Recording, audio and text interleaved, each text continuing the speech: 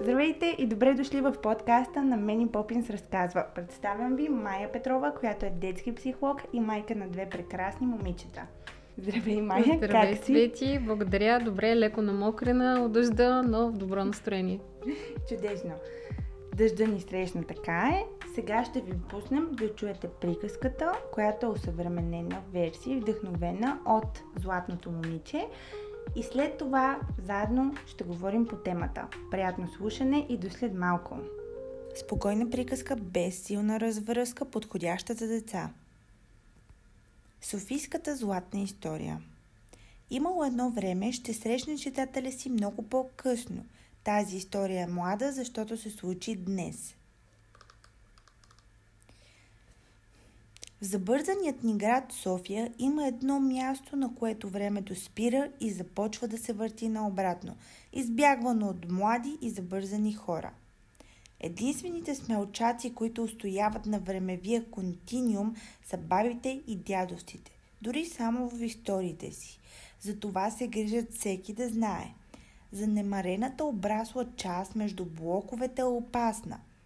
Може би наистина беше опасна или може би беше толкова известна като опасната гора, че дори опасните хора я избягваха и никой не беше стъпвал там от години.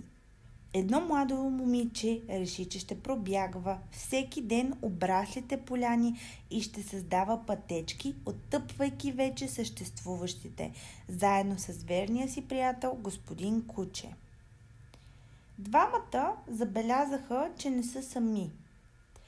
Стара баба вървеше сама в прецизна права линия с заети ръце.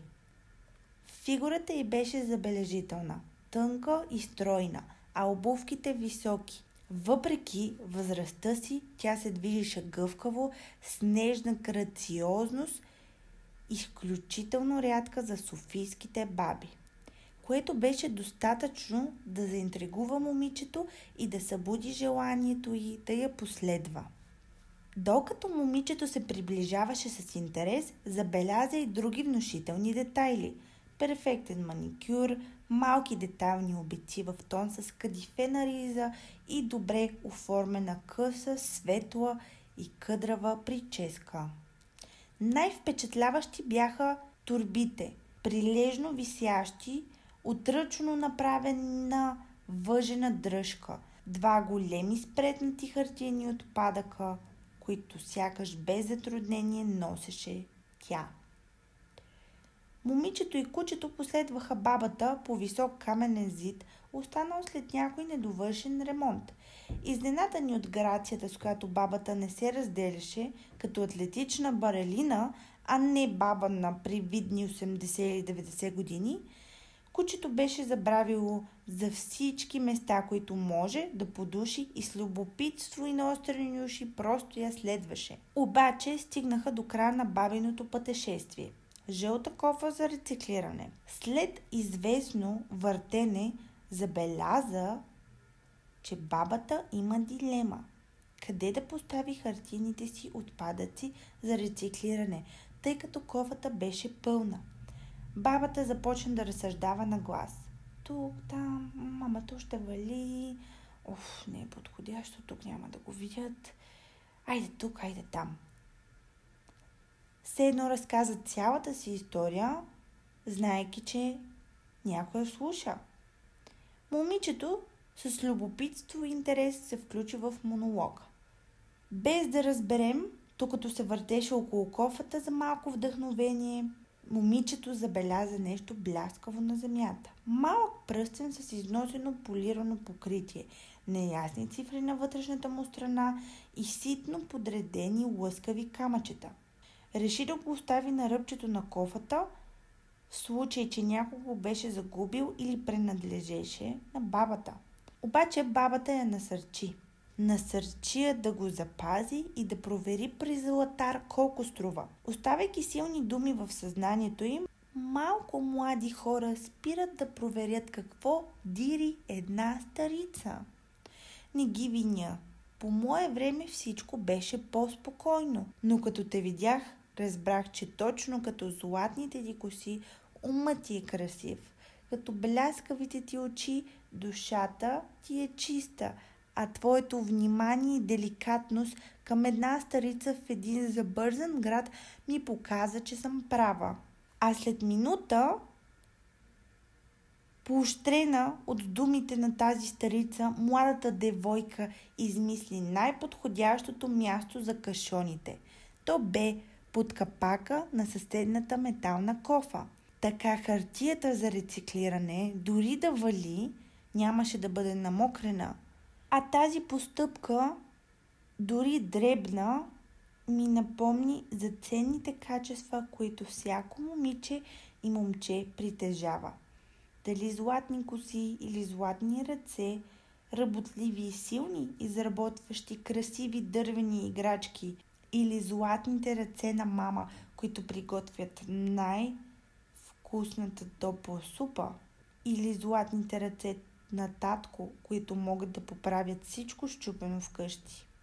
Точно като милите думи, които са като перлени огърлици всеки път, когато някой каже мерси, благодаря или заповядай. Не наистина златни, но много важни, със способност да разкрасяват света. Точно така и бабата имаше злато в себе си. Имаше златни, неуморни, пъргави крака и възраст, която не я спираше да прави правилното нещо. Така между младото момиче и бабата се разви приятно и неочаквано приятелство, което им показа, че понякога дори най-малките неща могат да донесат радост или да създадат история за разказване. Момичето реши, че пръстена не е нейн да задържи и не й трябва. Може би някой ден в по-голяма нужда щеше да го намери и провери на Златар дали всъщност той е ценен. Тя намери нещо по-голямо. Приятелство на една гора разстояние, където няма бандити, а рециклираща баба и смело умно момиче. Това е тяхната история в нашият забързан град, вдъхновено от Златното момиче. Благодаря ви, че слушахте тази приказка. А сега може да продължим с подкаста Мени Попинс разказва. Добре, след като чухме приказката, можеш ли да ми кажеш дали ти хареса честно? Смятам, че наистина звучи все така актуално. Защото наистина приказките, независимо в времето, в което са писани, те си носят своето. Важното и значимото за пак ще се повторя, за времето, в което са писани, но все пак има и някои неща, които се пренасят и продължават да звучат актуално, независимо от това кога са писани. И тази приказка, която чухме за софийската част, или софийската версия на Златното момиче, продължава да звучи актуално толкова, доколкото засяга темата за доброто, за добротата, за уменията, като това да търсим път към другия, дори различен, дори не на нашата възраст. Да търсим значението, смисъла на нещата, жаждата за знание, за търсене на решения. Тези неща продължават да вълнуват и продължават да бъдат значими. Тоест, без значение в кое времево пространство се намираме, това, което винаги ще остава актуално, са ценностите и човещинката. А трябва ли да се съобразяваме, когато разказваме приказките? Трябва ли да се съобразяваме с възрастта и с особеностите на приказката към конкретното дете? Със сигурност, когато разказваме, когато създаваме и когато четем една приказка на едно дете, трябва да имаме предвид особеностите на развитието на това дете. Защото, например, децата на 3-4 годишна възраст, те са повлияни от нагледно-образното мислене. Приказките за тях трябва да са с повече визуални стимули. Като, например, много добре е да се използват кукли. Куклен театър. Или пък да бъдат направени героите от картон. 3D книжки има. Те също са много добре, така че много подходящи са. Значи, колкото по-малко едно дете, толкова по-активен да е разказа. Да, и да му е представен визуално. Да влизаме в ролята на героя, поправяйки си гласа. Тоест, това визуално изображение, което сме направили на героя, то да оживява в ръцете ни, чрез гласа ни, за да може да увлече детето, колкото е по-малко. Много често, примерно на тази възраст, се четат приказки за животни. Те са актуални и привличат децата. Докато децата, примерно на 5-6 годишна възраст, те са повлияни от магическото мислене. Тоест, те се вълнуват от приказки, които са свързани с магьосници, с принцове, с принцеси, феи, вещици, от този тип. И такъв жанр приказки биха били вълнуващи за тях. Добре, да кажем, че това е по-добре за децата. Какво правим, ако родителите не го правят? Как ощетява децата? Тоест, ако просто им четеш монотонно историята, това означава ли, че така биха могли да загубят интерес и не са стимулирани да слушат? Или по-скоро е различно при различните деца? В повечето случаи детето само търси начин да влезе, да стане част от приказката. Да. Много често, примерно, приближава до родителя или възрастния, който чете. Тоест е достатъчно просто да се слушваме в децата. Да, абсолютно. Те ни показват. Това много ми харесва, че освен ние трябва да ги водим, трябва да оставяме да бъдем водени от тях. Те ни показват и казват, задават въпроси, дават предложения, може да си вземе играчката, докато ние говорим. И дори то да стане такъв водещ и да поеме разказа. Да. Докато, примерно, при 7-годишните деца и нагоре, когато се формира логическото мислене, там, примерно, битовите приказки. Тоест, истории от ежедневието са по-вълнуващи за тях. Там, където те откриват някаква житейска мъдрост, морални ценности, да кажем, които те утвърждават. Нещо ново. Това е вълнуващо за тях. И в този смисъл, примерно, тази приказка за актуалната версия на Златното момиче в софийският вариант е по-скоро за над 7, защото тя илюстрира една ежедневна ситуация, среда, нещо, което те могат да попаднат, да го видят. То е много по-близко до тях и много по-лесно да почерпят тази житейска мъдрост. Това е чудесно. Благодаря ти. Може ли да ни дадеш пример за това как да създадем дискусия с децата? Да кажем с по-маничките и с по-големите. Дискусия след приказка или преди приказка?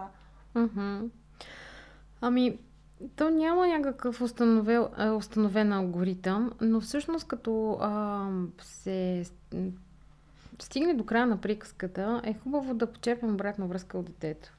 Не, хайде, приказката приключи, благодаря, лягай, заспива и утре новата приказка.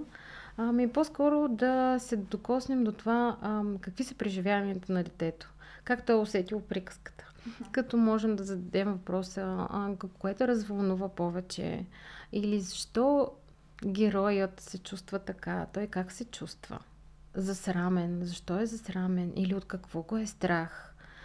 Когато теб те е страх, ти как го чувстваш това в тялото си? Къде да го чувстваш?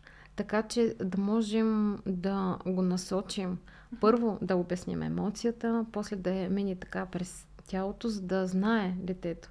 И да обогатим тяхният емоционален свят и да го така емоционално да развием тази област от детето. И в същото време можем да питаме какво ни ти хареса. Може да не му е харесало нещо. Това са едни доста добри 2-3 часа от следобеда, в които можеш да ги прекараш с детето си реално. Може да рисувате. Не е под формата само на въпроси и отговори, защото това определено би отекчило децата. Да, само да уточним тук, че става дума за разказване и създаване на дискусия за приказки не преди лягане, а през останалото време. Да. Защото ще е много забавно за един родител детето да поиска да рисува преди сън. А какво правим в такава ситуация всъщност? Ако ти често създаваш приказката толкова вълнуваща, ако създадеш такава вълнуваща ситуация и разкажеш същата вълнуваща приказка преди спане, дали то няма да иска същото нещо, което помни? Да, случва ми се как моята дъщеря просто толкова се развълнува от приказката, че става от леглото и казва: мамо, хрумна ми идея, аз ще нарисувам роклята на тази принцеса. Ами, какво да й кажеш, най-добрите идеи идват вечер, оставя до 5 часа сутринта, през деня ще се спи. Да. Шегуваме се. Абсолютно. И тя просто остана, отвори шкафа, взе кутията с моливите, скицника и така. Най-отговорно и решително си седна, отвори ги, се замах и започна да рисува. Но това е творчески процес, няма как да го нарушиш. Това детето изразява себе си. Или по-малкото? По-маничкото. Да. Тя просто искаше да изрази себе си. Но интересното е, че в рисунките също така може да намерим част от това, което ги е увлякло най-много. Мен е интересно и през рисунката да минем. Какво стана? Как приключи това? Как я накара да си легне? Много време ли отне? Да, всъщност минахме през самата дискусия, през цялото творчество. Тя каза: приключих, разказахме си всичко, но остави, искаш да спи с нея. Да, беше толкова вълнуващо, позволих и да заспи с нея. И това й даде някакъв вид спокойствие. Минахме си към рутината по приспиване, което е ритуала, който всъщност носи така известно спокойствие. И тя успя да се успокои и да заспи. Но вероятно, ако... Повече стана от само себе си, все пак. Да, това беше идеален вариант. Но всъщност идеята е, че ако позволим на детето да изрази своите емоции, то ще се чувства спокойно след това. Няма да има причина да не заспи. Няма да има тревожност, няма да има енергия, която да бушува и да ври нещо. Да. Тоест той е излял всичко на този лист. Да. Казал го е с думи. Тази глава е затворена. Да, всичко. Тоест ти си оставила да си преработи нещата, да си ги живее и все едно си е приключила деня и си е взела полуката и си отива в следващия. Да. Това звучи доста красиво. Но все пак промени ли подхода с приказките си или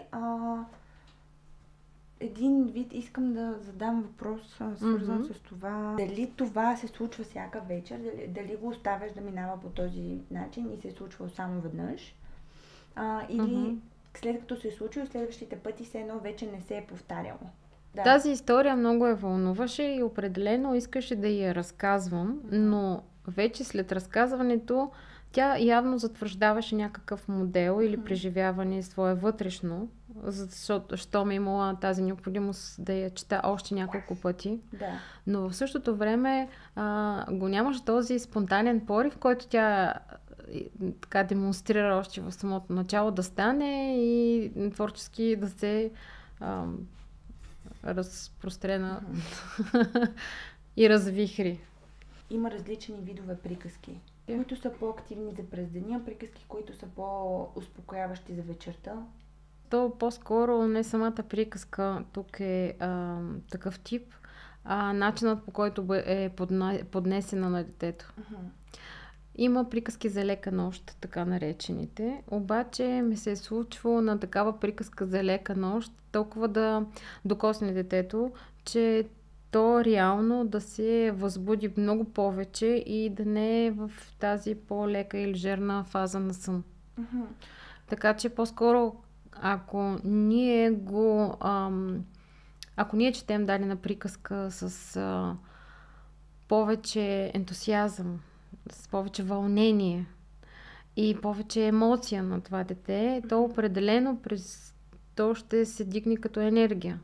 Но ако го четем плавно, по-леко и така, няма чак толкова да развълнуваме това море от емоции. Но пък зависи какво детето ще открие в историята. Защото всяка приказка или история е сцена за неговото вътрешно преживяване. И ако то открие нещо, от което има нужда да преработи, да осмисли тема или да мине през него, то определено тази уж спокойна, както ние си мислим, приказка за лека нощ, може да се окаже най-вълнуващата и активна история и да предизвика ето това ставане и творческо развихряне от детето. Тук ми харесва, че реално това, което казваше, че приказката има значение, обаче други фактори също. Да. Това е много красиво и напомнящо, може би, на българските слушатели, като цяло хора в обществото, че не може, родители, нали? Че не може да виним едно нещо и че винаги това, което се случва, е съвкупност от много фактори, които влияят. В случая как ти се чувстваш, как детето се чувства, какво точно открие самата приказка или не. И това е един процес. Харесва ми, че толкова неща имат влияние. Да, това е процес на взаимност, не автоматизиран акт на четене. Четем меню, четем други неща, но всъщност четенето на приказки е акт на взаимност. Акт на взаимодействие с детето. То не е едностранен акт, в който само детето е реципиент някакъв на информация. Това е. Напротив, той е активен участник. И всъщност как създаваме любовта към четенето от детето.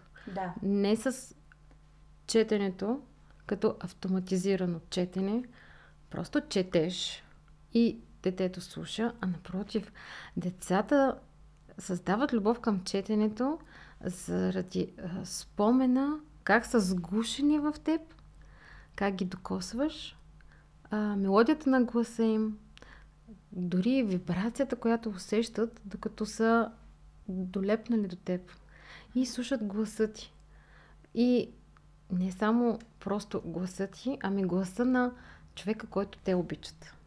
Така че това е по-вълнуващото за децата и е важно, когато четем, да ги докосваме, да ги гушкаме. Тоест те да усещат гласа ни и любовта ни. Да, това е. Да.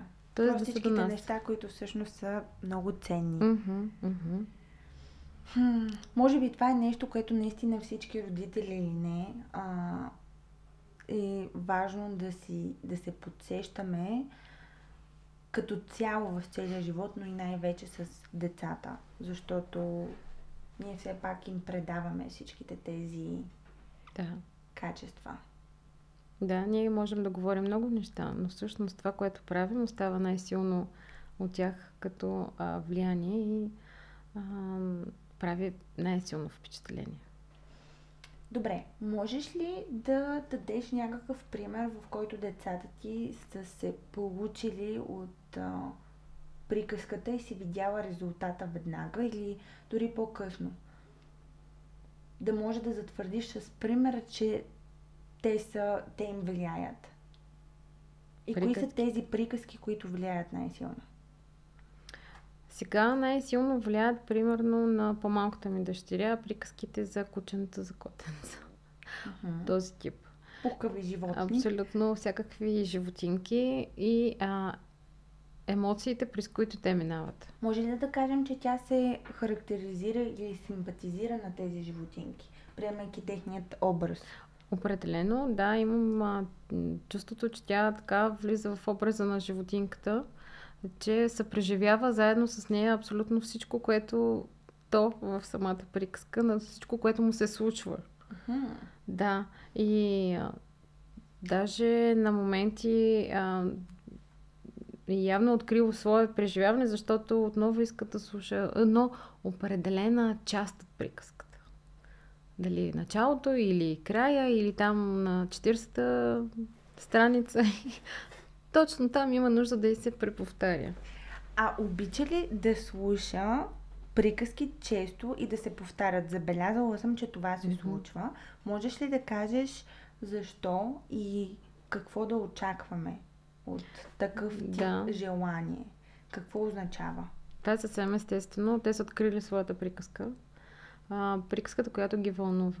И пак казвам, явно там те имат трибуна, сцена, на която те да се преживеят или да покажат своя вътрешен свят. Нещо, което сами да си отработят. Имат нужда да го слушат, да го чуят, да мине през тях и то няколко пъти, за да го затвърдят. Супер. Да. Тоест, изводът какъв е? Оставите децата да слушат едно и също нещо. Или не се дразнете, когато ви карат да им четете една и съща приказка. Да, единствено може да разнообразите с възможности за изразяване, т.е. ако видите, че детето така предпочита една и съща приказка, може да разнообразите с методите. Искаш ли да нарисуваме това кученце, примерно? Явно много те вълнува. Как ли изглежда то? Как би изглеждало? Какво би искала да направиш с него, да се разходите, ти искаш ли да имаш кученце и така да влезете в някаква дискусия, за да може да помогнете на детето така да преработи това, което има нужда. Супер. Да, това е, което можете като това ми звучи като възрастен. възможност да създаваш дискусия реално. Когато приказката се повтаря често. Стига да ти дойде да имаш енергията като възрастен човек и въображението да го направиш. Да. Защото нормално е родителите да са изморени и да нямат енергията за това. Когато имат енергия, добре. Ти как намираш енергия винаги да бъдеш отдадена и да имаш желание да разказваш приказки всъщност? Хубаво е, че не само аз съм там, на линия и баща им, който също има изключително въображение. Така че... И набор от дете гледачки. Да, абсолютно. Така че не съм само аз и затова намирам енергия, тъй като моята енергия е част от енергията на още много хора, които помагат в този от процес. От време на време. Сравнително рядко, но се брои. Да, те са от Попинс. Така е. Както виждате, реално приказките са двустранен процес, както за децата, така и за родителите. Миналата пролет с Майя започнахме събитие, което е вдъхновено именно от този въпрос, от това, че родителите също харесват и могат да харесват приказки или по-скоро се нуждаят от тях. Затова създадохме едно събитие, в което Майя участва, което е вдъхновено именно от това и е идея за родители, които да излезат навънка, Parents Night Out, да разказваме приказки, да използваме карти. Както виждате, приказките са двустранен процес, затова ние от Попин създадохме инициатива, която е за родители, за която, ако искаш, можеш да разкажеш малко повече. Инициатива. Тоест нещо, което от тук нататък ще се случва и то ще се случва съвместно с родителите, заедно. Имаме си пространство, имаме си време, в което то ще се случва, ще се виждаме, ще си разказваме приказки и чрез приказки, с приказки, всичко ще обгърнем, така че да можем да изразим себе си, да намерим себе си, да се свържем с себе си и с останалите и то по най-приказния начин, на който сме способни. Тази инициатива е вдъхновена. Ти го казах, няма да казвам нещо повече. Ако искате да се включите към тази инициатива, може да го направите, като ни пишете в Instagram, Facebook, дори в коментари. Чувствайте се свободни. Първото ни Първото ни мероприятие на тази инициатива беше май месец. Mm-hmm. Вече имаме собствено пространство, което се намира сравнително в центъра и няма нужда да ходим по барове, за да се събираме и да си говорим смислени неща. Може да го направим в нашето попинс пространство и всеки, който има желание да се включи, е добре дошъл. Да си разкажем приказки. Да.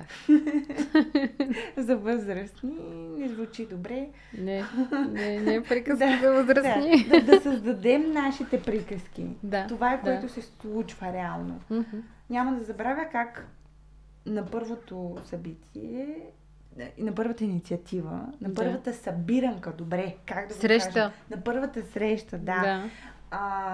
Се получи така, че всъщност ние разделихме се на 2 групи и създадахме, по твоя инициатива, създадахме 2 приказки. Mm-hmm. 2 приказки, които всъщност да помогнат на нашите вътрешни деца, на тези възрастни хора, Mm-hmm. да помогнат тези приказки да се справим с ежедневието си. И аз все още си ги припомням и много ми харесват тези срещи. Тази среща много ми хареса. Mm-hmm. И смятам, че на някой друго също би му допаднало. И трябва да продължим напред. Да. Добре, този подкаст свърши. Това наистина беше изключително приятно. И като за първи път, може би, пота си личи и стреса също, но няма проблем. Всички казват, че в началото е по-зле, отколкото в края. Благодаря ви много, че бяхте част от това да ни слушате, да ни гледате също и продължавайте да го правите. Повече информация за всичко, което предстои, ще разберете на обичайните места за това и ви желая всичко най-хубаво. Приказна нощ. Да.